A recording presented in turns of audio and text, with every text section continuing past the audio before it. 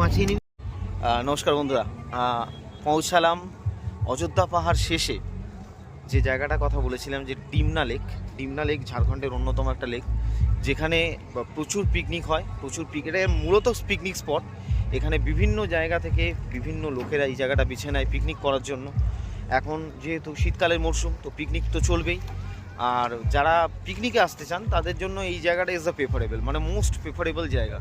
এবার চলুন দেখাই যে এখানে আশপাশটা কি আছে। তবে আমার যেটা মনে হলো যে এখানে একটু নোংরা চারিদিকটা, মানে লেকটা না পরিষ্কার, লেকের জল স্বচ্ছ, সাইড সিনারিও স্বচ্ছ, কিন্তু যেটা হচ্ছে লেকের সাইডগুলো কিন্তু অপরিষ্কার একদম। Honestly review. কিন্তু ওপরে যেখানে পিকনিকটা করে সেই জায়গাটাও দেখাবো ইন ডিটেলে, একদম পুরোটা দেখাচ্ছি। চলুন সঙ্গে থাকুন, স্ট্রেট উইথ। তো this is Dimna lake and that a view. এটাই হচ্ছে সেই ভিউ। আর এই হচ্ছে লেকটা যদি দেখেন, লেক কিন্তু অনেক স্বচ্ছ, মানে লেকের জল কিন্তু খুব পরিষ্কার। এবং এই যে তার side ভিশনটা,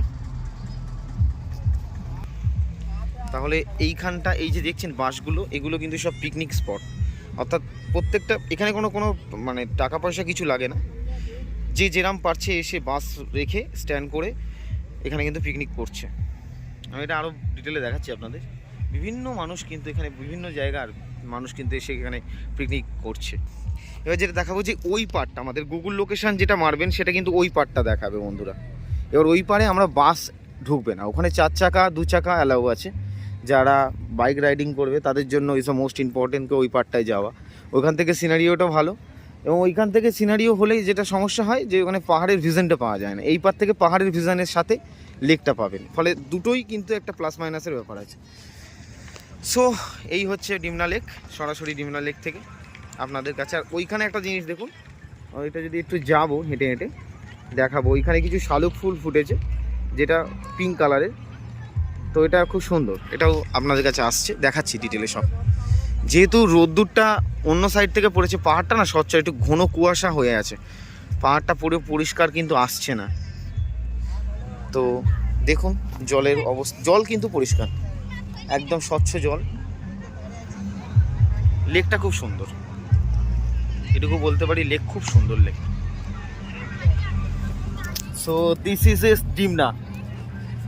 Dimna lake and that a view of scenario. চলো। সো দেখুন এদিকটা হেঁটে হেঁটে এলাম, এটা একটা ব্যাক সাইড।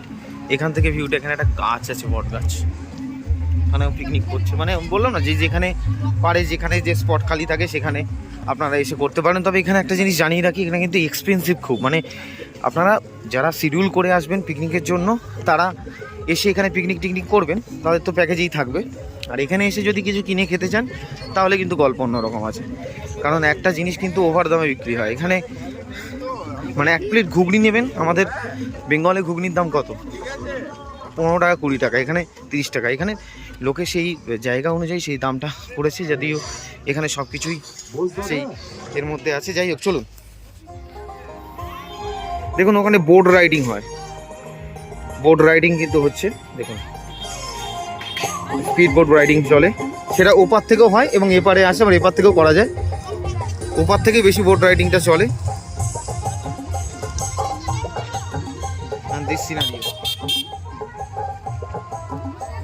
সূর্যের এতটা ঝাপসা, এটা গরমকালের জন্য, মানে যখন কুয়াশাটা থাকে না তখন পাহাড়টা পরিষ্কার লাগে, বাট এখন কিন্তু পুরোটাই অন্যরকম। সেটা ব্যাপার।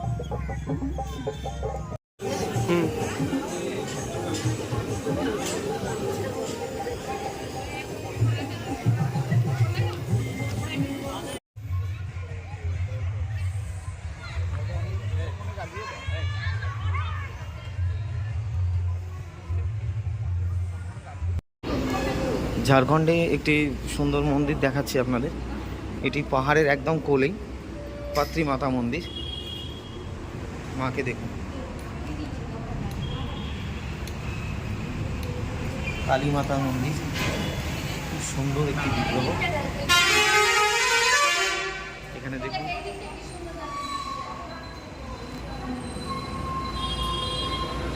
এদিকে মানত টানত করলে টললে, যারা মানত করে, সুন্দর মন্দির। জয় শ্রী কালী মাতা। চলো চলো, ওদের ডাক না।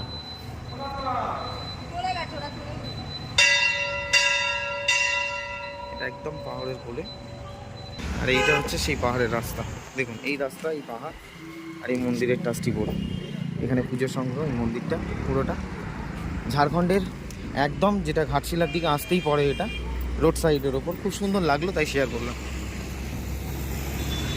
এই হচ্ছে হাই রোড, এটা হচ্ছে ন্যাশনাল হাইওয়ে যেটা দিল্লি রোড, আর এই ঘাটশিলা আর এই মন্দির মায়ের, আর এটা হচ্ছে পাহাড়ের কোলে।